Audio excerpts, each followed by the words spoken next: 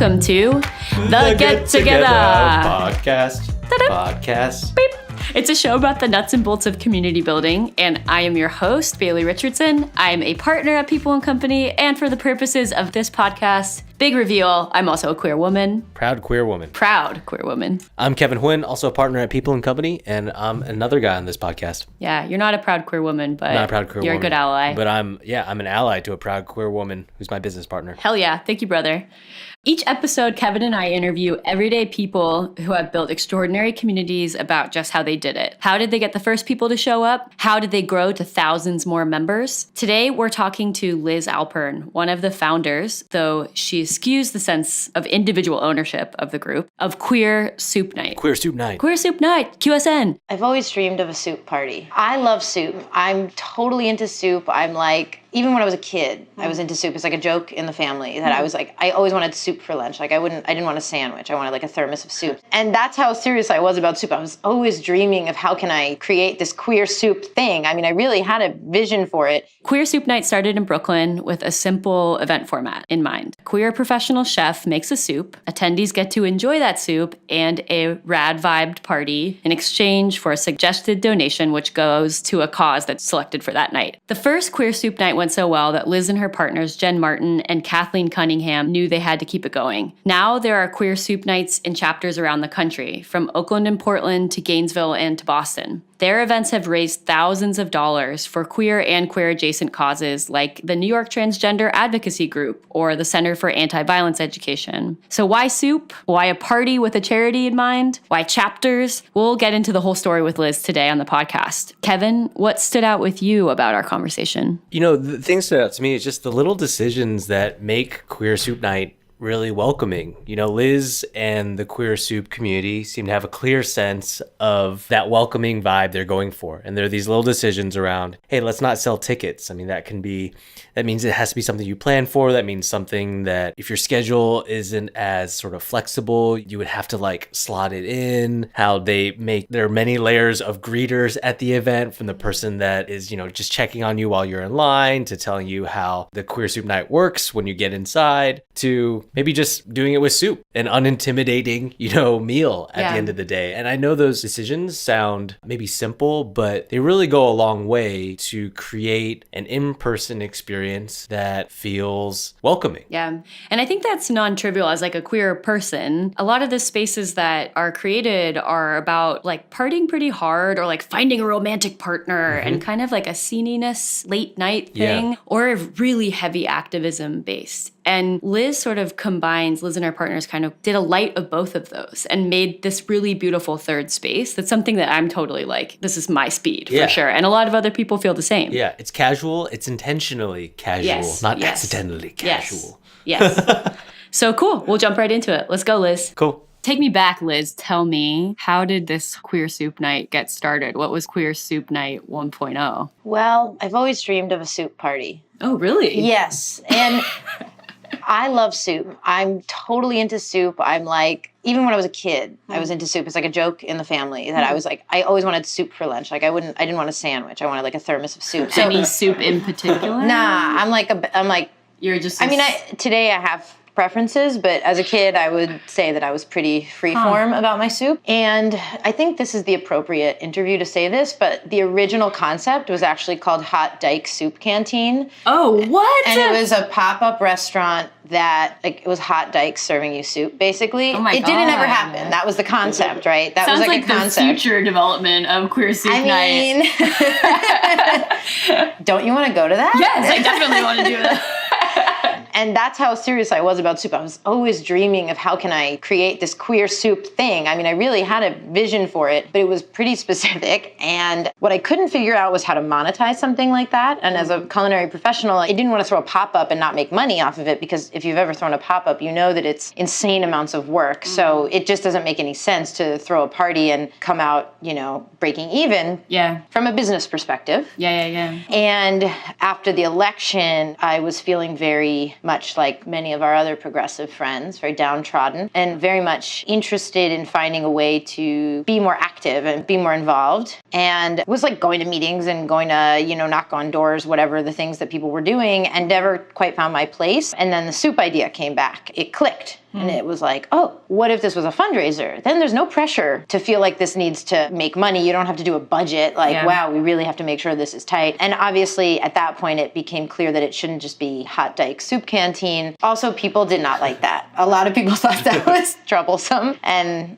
that's their problem. But so Queer Soup Night was born. I do not remember the moment or time when we called it Queer Soup Night, but essentially a bunch of my friends took over the local coffee shop where I did a lot of my work, and I was offered that space for free from the owner who I had befriended for a long time. Okay. Spent tons of time in that coffee shop, and I made 3 giant pots of soup, and we slapped together a flyer. People came over to help me cook. I think I made some cornbread, and we just made a Facebook event and invited people to come. And I really feels like a long time ago, and it wasn't that long ago. But yeah, it was like 2017, right? It was January 2017 was the first party. So we were planning a little bit before then. Okay. I could probably go back in my emails and find some interesting conversations about the development, but it's hard to conjure exactly what it felt like. But essentially we threw this party, and it was mostly friends and then friends of friends. And let's say maybe 60 people showed up. Yeah. By happenstance, it was the weekend that the travel ban was announced, the Muslim travel ban. And so it ended up being this weekend that was really on fire. I mean, so many people were going to the airports and going to Battery Park. And I remember even stopping making soup to go to Battery Park to go to this big rally, and energy was really high. So I think people really showed up, and we switched the beneficiary organization at the last minute to be the Council on American Islamic Relations in New York, and went for it. And we ended up at the end of the night raising $750 or something like that, and shutting all the lights off in the coffee shop and dancing and having a great time. And it was awesome. And everybody helped out. Every one of my friends that came helped out, and it felt kind of like an extended house party, but also, the soups were professional quality, and, we had music and a DJ, and it was just awesome. Yeah. And so from there, it was kind of I think we got something. And can you explain the format too? Oh, yeah, I think that's important. Was that crystallized in the very beginning, or did you kind of develop it along the way? What components were there for the very first event? That's a good question. It hasn't changed that much. Okay. I will tell you. So the format now is folks come, we don't sell tickets. So you just come to the door and you donate what you can. Our suggested donation is $10 to $20, but absolutely no one is turned away for lack of funds. And we purposefully do not sell tickets because that's a deterrent to a lot of people. And we want this to be something that you feel like you can just show up and be there. And it also, the one time we did sell tickets, it really changed who was there. And we realized that wasn't necessarily our target audience. Can you say more about that? I know it's hard to put that into language, but it's not. It was a different class of people. It was people who have money and think ahead and are willing to pay ahead for something. And also culturally are hey, I'll buy a ticket to something 2 weeks in advance because I am willing to risk that I might not even make it, but I'm willing to pay $20 now. And we find that charging at the door allows people to come. Maybe they can't pay that $20. Maybe they can't pay any dollars. Most of the time people do donate, but they don't have to. And people who don't have money that they can take a risk with, so if something happens and they can't be there. I also find the level of coordination it takes to get a ticket, it creates stress. It's this, you live in New York. It's oh, I gotta get a ticket, they're sold out, and we now, because we have to sometimes do free RSVPs, and people get stressed by them, but we basically don't really check them. Secret to all of you. Yeah. Any super fans who are listening. They are mostly imposed by some venues that require you to have RSVPs. Okay. And it's great to have emails because then we can be in touch with people via email. So, but we don't actually generally, unless we were at max capacity, have to enforce our RSVPs. So you come to the door, you make a donation, you are greeted by someone. And once you enter the party, there's 2 to 5 chefs serving up soups that they have made. Yeah. Professional quality chefs. So it's actually not a potluck. It's very decidedly not a potluck. Yeah, the food is legit. The food is legit. And you have a background in food, as you mentioned. Yeah, I work in food professionally. Yeah. And so there's soup and there's bread. Yeah. The bar is usually open for whatever drinks you want to have. And the only programming that happens is that at some point in the night, the beneficiary organization that people are donating toward will speak and say a few words about what they do. And that's it. It's just a party. It's a queer party. There's a DJ, there's soup, there's bread, there's drinks if you want them. Yeah. Don't have to get a drink. People hang out, they make friends, and it's just all about positivity, welcoming, good vibes. We try and break the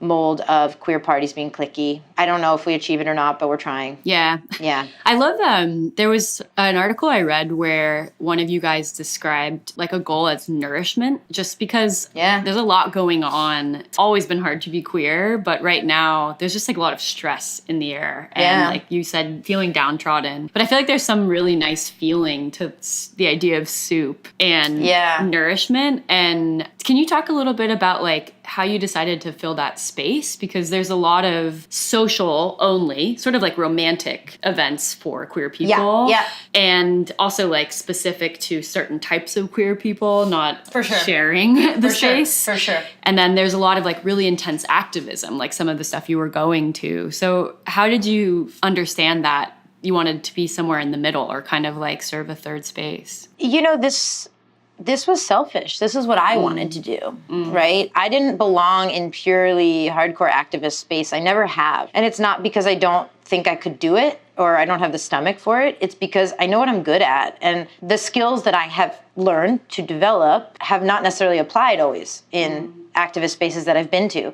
I'd love for someone to show me a different, like offer me more opportunities and for me to seek them out. But something I really know how to do is get people together and cook for them and get people excited and build energy and build community. I mean, I don't know if I know how to build community, but I feel like it's happening and it's definitely not just me. And I feel really strongly about that. So this format was a way for me to do something really positive in the activist sphere using the skills that I had. And we've joked about Queer Soup Night that it's a bit of a format for the 30s to 40s crowd of queers who want to gather with other queers and they want to go to parties. They don't just want to like go to a book reading or, you know, the queer knitting circle or something. I don't want to go to either. I mean, maybe a book reading, but I was like, maybe the knitting circle.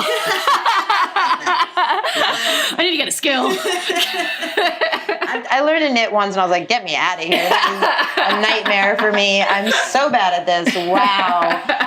Woo, so bad. But they want to go to a party. People want to go to a party. Everybody wants to go to a queer party. Yeah. But you don't necessarily want to go to a queer party at 11 p.m. On the West Side Highway. On the West Side Highway, yeah. I don't want to do that anymore. And I love to go out. I actually love partying, but it doesn't always fit with my lifestyle because I work on the weekends and I have like a hustling lifestyle. Like I can't always go out like I used to. Yeah. And not just because like I don't want to be hanging out with 22-year-olds, but also because it's just physically like you got to live your life. And like when you're out that late, you got to like get up in the morning and do your thing, you know? So this party was also selfish because it was like, I want to still party with my queers, but like, could we find another way to do it? Yeah. So it's activism.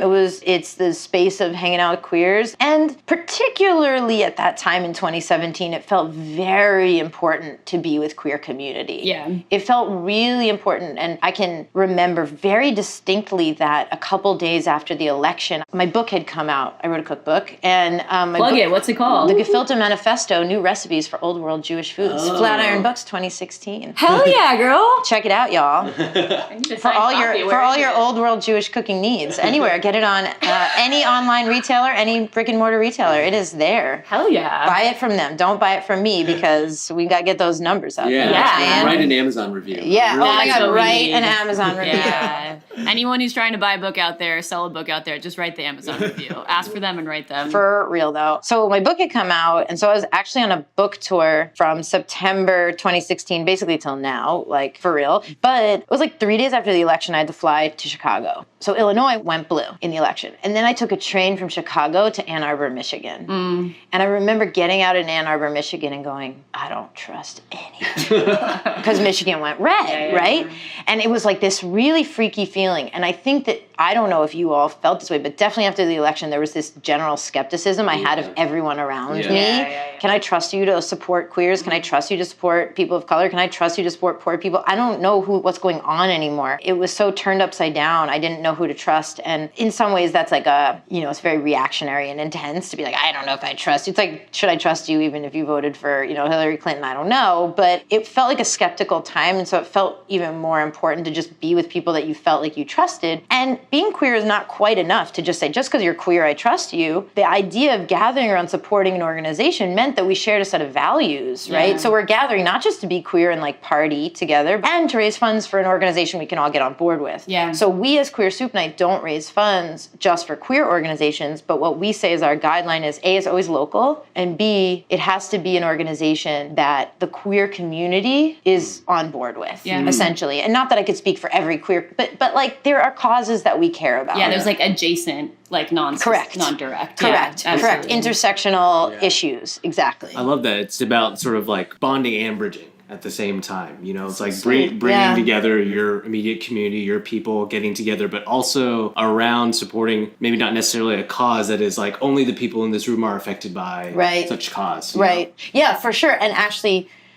one of the things that we see a lot is that people learn about something they never knew about before. Like a lot. That happens a lot. And we get that feedback. And I'm really happy about that because I've learned so much about so many important issues. And what we always say is that the issues that we are addressing and the organizations that we're working with have been around before Trump was elected. They'll be around after Trump was elected. Like, let's not have any illusions. Sometimes people try and say things like, well, do you think, like, if Trump gets bumped out of office, you're still going to do Queer Soup Night? I'm like, yeah, like, have you seen the world? It's terrible. Like, let's, like, why are we, that's ridiculous. And even if it was wonderful, Queer Soup Night should exist. For sure.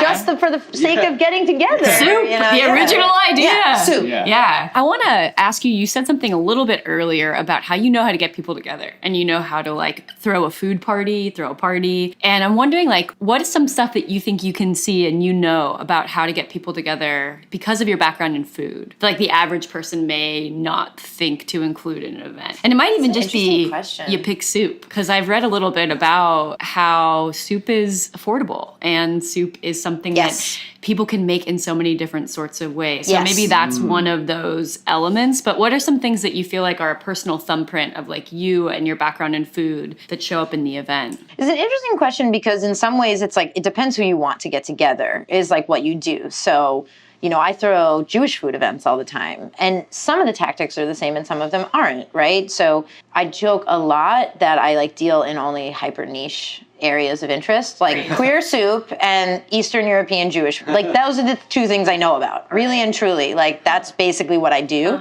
all day is talk about those things. And with Queer Soup Night, again, we feel strongly about reducing those barriers to entry. So for example, not selling tickets. So it doesn't feel like something, if you don't have a ticket, if you didn't know, then you can't just show up, right? Now, we have to do RSVPs sometimes, but reducing a barrier. You don't have to be planning way ahead to go to this thing. Number two is, I think the venue really matters. So we have been approached on multiple occasions by corporate entities who are saying, hey, why don't you have your party in our office? Like, we'll pay for the booze, it'll be really cool. And we have said no at least twice, because I do not want anyone to have to go through security to go to Queer Soup Night. Like, queer people get policed enough. Like, we don't need to have to go. When you walk into those offices and, like, even though it's really cool, you've been to these parties, and there's some security guard in a suit, and he's like, what are you here for? And you're like, the party that I heard about online was signed up for, registered, because, and that security guard is doing their job, right? 100%. But it doesn't feel safe, I think. So we try and go to places that, of course, there might be a bouncer, like there should be a bouncer, but that bouncer is like, hey, welcome to this venue. We're happy you're here. And that what we actually do is we put people outside often, unless it's really cold. I heard you say you had a greeter. Oh, we have like multiple layers of greeters. We have like 3 layers of greeters. Yeah, why is that? Well, because that's what it is. So when you show up to a party and there's a line outside the door and you don't know what to do, that sucks. That doesn't make you feel welcome. And I know we've all been to those parties. So what if there's somebody outside who's like, hey, I'll just wait in this line. We're checking IDs. You'll be in a few. Think about how much easier it is for you to be into that experience when there's a smiling person telling you what to expect. And then when you get in the door, someone's like, welcome to Queer Soup Night. Is it your first time? Here's how it works. And then when you get into the room with the soup, there's another person who's like, hey, these are the soups. This is what's going on. And like, I'm not sure we catch every person who walks through the door at all 3 layers, but like, we try. you know? I think that's also important, like as a queer person. There's a lot of people that put themselves intentionally in queer spaces for the first time. Yeah. You know, like sort of alone. You know, you have to we get lots of people who come alone. Yeah. And it's like, I have to meet more people. And there's a deep vulnerability in that. Definitely. And I can see, even like me, I'm older, I'm out, I'm comfortable with all this stuff. Yeah. But there's something really nice about someone signaling the energy. Yeah. Like proactively. Just because you feel very vulnerable. It is like very going vulnerable. into a queer space in a weird way. Like, I mean, I think it's vulnerable to walk into any new space. Yeah. You know? And I think that any space where you're not like sure what the deal is and you don't know who's there. Yeah. You know? Yeah. I mean, I was in Boston today. Just came in from Boston. And even getting on a metro on the T that I've been on like maybe only a few times in my life, it's like you walk into this thing and you're like, I don't really know, like, do people drink coffee on the T? You know, do people, like, what are the rules of engagement here? I actually am not really sure. Yeah. So it's just a matter of like feeling comfortable, you know? There's something also about hosting a meal or dinner that is more interactive. Like, Yes, I that's feel a like really good point. You could, if you were hosting a talk, a book reading, someone could come in and sort of just be a ghost in the space and leave and not talk to a single person. 100%. But if you're going to host a meal and you expect them to perhaps sit down and talk to strangers and share food with them, it makes sense that if you want, you should be welcoming from the bat. You know, It's like totally the moment true. that they come in, if it was like sort of a standoffish, like how do you expect those folks to then feel even more comfortable enough to sit down next to a stranger and eat share food with them soup, and eat soup with them? Yeah, Yep. set the It's tone. not like you're showing up Yeah. at a movie theater by yourself and you could just like sit there. Right. That's a good point. Yeah. So tell me a little bit more. One of the amazing things about Queer Soup Night, it's not just in New York. You guys have 6 or 7 other cities I don't now? even know anymore. So many. Nice. I'd have to do the I'd have to count it. It's a lot. How did that happen? Was that part of, well, I guess I'll go a little bit further back. Did you know when you did the first Queer Soup Night that you were going to host it multiple times? Or was that something that was just like, wow, this went so well, I should keep going? It went so well that we should keep going. So it was like a reaction. There was such an energetic response. And It just seemed obvious after the first one. We were like, oh, this should definitely happen again. And the thing is, it wasn't that hard. Yeah. Like, it was work, but it wasn't like, this is so hard. And you asked earlier what the changes are. Yeah. And there were 2 things that have changed since the beginning, and really only 2 things. And one is that in the beginning, I made all the soup. Right. And that changed is what we realized was very quickly this was something that could lift up other queer chefs. Yes. So in the beginning, it was like, I'm throwing this party, come to my party. And then it was like, wait a minute. This isn't about me. This is about all of us queer chefs out there who may not have a venue. First of all, to just be out and proud and making food for people, right? And all the same, like bringing together their queer and food identities. Yeah. And also, a lot of the people, may not be famous. They may not have their own restaurant, but they're people who are really talented and generous and awesome. Yep. And so that was a big shift. Is like now I only make soup like probably every 3 events or something like that. Okay. Which also makes it easier to do. Yeah. And the other big changes in the beginning, we actually the first 2 events, we just donated the money to the organization. We didn't have the organizations come because from the beginning, one of our principles, we didn't want the organization to feel like they needed to do any work. Yeah. We wanted it to be like a gift from the queer community to said organization. Like, we are giving you this gift. Yeah. You didn't have to do anything. But we realized that having a connection to the organization made so much more meaning for everyone involved. Yeah. And the organizations are amazing and they love coming. They have such a good Yeah. time. So it was an educational opportunity for them to share and get new volunteers or whatever. Yep. But we still try and make it so that they don't have to do any actual work. That's cool. You made it more participatory. I mean, from the first one, you make all exactly. the soup, then you start working with others to make the soup, and Correct. then also you move from donating the money to come be a part of it, come get Totally involved, true. come get to know people. Totally. And I feel like in that action of making something more participatory, you might be afraid at first because it seems like a lift from someone else, but actually it creates more meaning when people can contribute and actually Totally. and feel more of a part of the thing. And people, like the chefs, love it. Yeah. Like, everyone has such a good time. I've never gotten a no, I don't want to do this. Yes. And no organization has ever said no. It's always yes, and it's always an enthusiastic yes. Yeah. And I mean, now we've been doing this, so obviously people we can even like say, well, you can read about it and learn about it. In the beginning, it was kind of like, hey, you want to be a part of this new thing? Yeah. But now it's like, we're a little bigger than that. So have you done stuff like this for a while? Like, is Queer Soup Night one of many sort of gatherings that you have been hosting across your life? Or is this sort of a first time bringing people together at this sort of scale? So my company that I co-own with my business partner, Jeffrey, called The Gefilteria. So we do old world Jewish food, and we wrote the book together. We do a lot of gatherings, though they're not, I wouldn't put them in the same category as this. First of all, it's our job. And generally somebody brings us in. We don't just like create an event and invite people. We travel all around and get invited to do events all over. So there's a certain level of hosting and curating that we do. But this kind of organic, like totally from the ground up party and community building thing is, I think this would probably categorize as the first time I've done it. I lived in DC for a couple of years with some folks, started a party there that's still going, but they took it to the next level. Yeah. Like What's it called? It's called Over Easy. It's a Sunday tea dance, and it's awesome, and it's been going for like 8 years or something like that. Cool. But like I started it with a couple of friends, and then when I left DC, but they kept it going, and they like really made it an amazing party. But I do feel like that was my first taste of queer party throwing, which I appreciated that little taste. And I want to ask you too, so after you start the very first Queer Soup Night, the response is amazing and you keep hosting. And at what point does the first new city pop up for Queer Soup Night? Like, how did that happen and what was the first one? And yeah, tell me that story. So there were actually kind of two chapters that started almost at the same time. Not exactly, and outside of New York. And one of them was our friend Larissa, who's been involved since day one. She moved to Florida. She moved to Gainesville, Florida. I was wondering why Gainesville was on the list. Florida?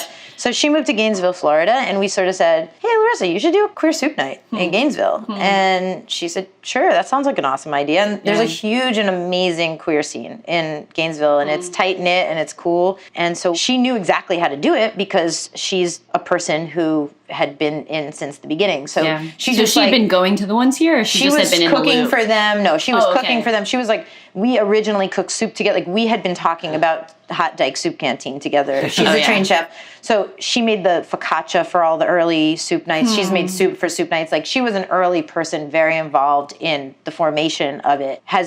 Continues to be a volunteer. So when she moved to Gainesville, it sort of felt like, you should just try one. Why not? And I don't really remember the conversation, but I remember it being like a very honest, like, yeah, of course you should. That's a good idea. Why don't you do one? You're down there. You left us, so why don't you start one? My girlfriend spends a lot of time in Gainesville, has a lot of close friends there. Gainesville. I know. It's cool. You guys should go there. So it was just like, yeah. I think we were down there for Thanksgiving a couple of years ago. My girlfriend and I, and Larissa was there. And I think that's how we started talking about it, actually. And it happened maybe 6 months after the first Queer Soup Night. Actually, it was that Thanksgiving, and that's when it was. We were there, and I was like, this place is amazing. You should do Queer Soup Night here. And then I called my friend Risa, who's a chef in Portland, and she had been texting me, wish I was at Queer Soup Night. Looks amazing. Like, it's so cool. I really want to go. And I called her, and I said, Risa, your money where your mouth is, sister. I think you need to start this chapter in Portland, Oregon. And never have I met a person more capable and on brand for Queer Soup Night. Risa, I love you. She throws pop-ups basically for a living. Okay. So she has the skill set better than me. She is completely skilled in the setting up of food in places that might not normally have food. Right? Super qualified. That's super valuable. Very valuable. Very valuable. And she's a trained chef. You know, she's a chef and very talented. So I knew that about her. She'd actually been my pen pal for many years. We wrote letters and we're always like talking about food. And also she's very out and proud in that way. And she's good at, look, I didn't know if she'd be good at rallying people except from the evidence I had from what she did professionally. But I just knew that she would be conceptually really on board because of the enthusiasm she had, and she had the skill set. And she's created a Queer Soup Night in Portland, Oregon. Now there's been 3. And once you do something 3 times, it's a thing. And she just understood immediately, like, okay, we need to make sure that every person involved is sharing this on their social media. We need to make sure that everybody gets a thank you afterward. Like, she just knew those things. And, you know, we worked together a lot in the beginning. So those 2 were the first. They were people we knew. Yeah. Very direct connection. Yep. And there was some prodding that you kind of saw that people were interested in. You were like, I see you. First 2 I did. Yeah. For sure. Yeah. And then I didn't call anybody else. Then people started coming to us. Okay. And how did you say yes or no to people that came to you? Because these are strangers. So you have to decide, like, are you a good fit? Are you not? The people raising their hands. Right. So we have a process that's still in process, I'd say. Yeah. It's actually not a perfect process. I've never built anything bigger than my immediate sphere of anything. I have no idea how to build an organization. I have no idea how to create structure. Newsflash, you're totally doing it. Well, it's making me a little nuts because usually I'm a business owner, so I'm very used to having like my hand in all the pots. And I don't actually have a problem letting go. It's more a matter of like, how do I make sure we keep track of everything and also keep the quality up? And so how do we choose? So there's a vetting process. And what I'll say is that we hear from a lot more people that actually can follow up on what they do. So you have to have an extendedly long phone call with me. And I have to ask you about your background. But one of our rules, and we do have a rule, which is that you have to have a chef on your core team. We've been reached out to by some party promoters in various places. It's great. That's great. But you need to know about food. Again, 1/3 of the mission of this organization, which is not actually an organization, is lifting up queer chefs. Yeah. And so if you don't have the chef component, A, you're going to not do the food service very well. And B, you're missing literally one of the pillars of the entire idea. Yeah. So that's like one of the quality controls is like, if you're not a chef, you need to work with a chef. So for example, I heard from a guy in Chicago and he was awesome. And I like really liked him and he was a blogger and he's really into food and I knew he'd be great. But then I heard simultaneously from this woman, Jasmine, who is totally involved in food, works professionally, had won a James Beard scholarship to like work in food. And so I paired them together. And so together they have like the right skill set to do it. Yeah. Right. And that's happened in a few different places. Because at the end of the day, anyone is allowed, in my mind, to give it a shot if you really show up and you do these like various things. Like I can't really tell if you're going to do a good job from a phone conversation or even meeting you. Yeah. I don't know. Yeah. But what I do know is I can control for the factors I know, which is like, if you don't know about food, you can't do this on your own. Yeah. It's like, what are the things that without these qualities, you're sort of like eliminated from selection instead of like things I suspect you might have. It's like, what do you not have? Keeps you from kind of getting through That's the door. it. And I'll be completely frank with anybody who comes to me and says that. We have a document that is our guidelines and how we work on things, and it's a work in progress and it's a thing that we're developing. But one of the top of the list is there has to be a chef on the team. Yeah. One thing I wanted to ask you about that we haven't quite talked about really specifically is that the three founders in New York are you, Liz, and then Jen and Kathleen, who I believe all identify as female. Yes. Or probably as lesbians, I would assume, or female or queer. Probably, but female. For sure queer, definitely cis female. Yeah. For sure. And you just mentioned that there's a man who offered to open a chapter. And that, I think one thing that I love is I love queer people who can hang out across all different types of queers, like gay men, lesbian, like hard, like dykes, like the whole thing. It's a really special energy when everyone can get together like that.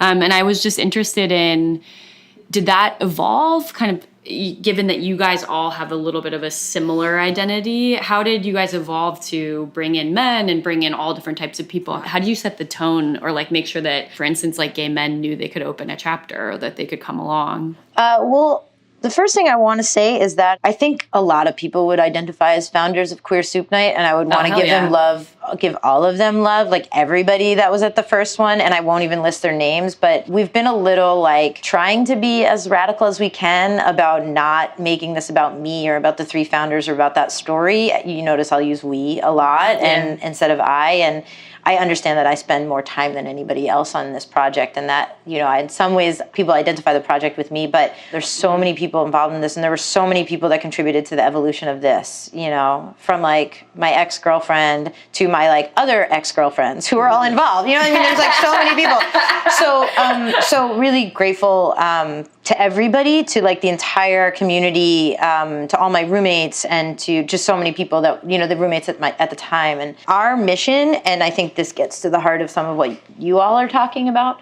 is that we're really interested in local communities connecting. So that's why there has to be somebody local running an event. I don't know anything about Portland, Oregon. You know, I've been there a lot of times, but like I shouldn't have anything to do with that. So whoever is the core people, there's no doubt that the first rung of people that are going to come are going to be their friends. So here, there was no doubt that the first rung of people that came were skewed lesbian or skewed female identified queers, right? But we called it Queer Soup Night. And I think that sent the signal right away that everybody's welcome here. Yeah. In all of our invitations and in all of our, you know, Facebook things and on our website, we always say all are welcome, including allies. Everybody's welcome. And I think that message, both in the language of calling it Queer Soup Night and in showing photos on our Instagram of like everybody and just like really shouting out how welcome everybody is in our social media, I do think that that sent a signal. That said, like the majority of the chapter leaders I think are female identified, but not all. Not all. And we've certainly could probably do better at reaching out to various communities.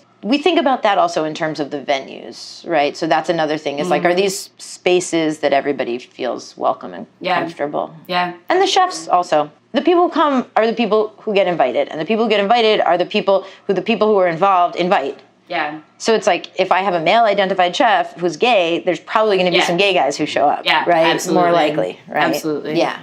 Did you want to ask a question? I'm just curious what's on your mind right now, like with Queer Soup Night and it's now moving to other cities. Yeah, what challenges do you have or what are you trying to figure out? You know, everybody involved does this on a volunteer level.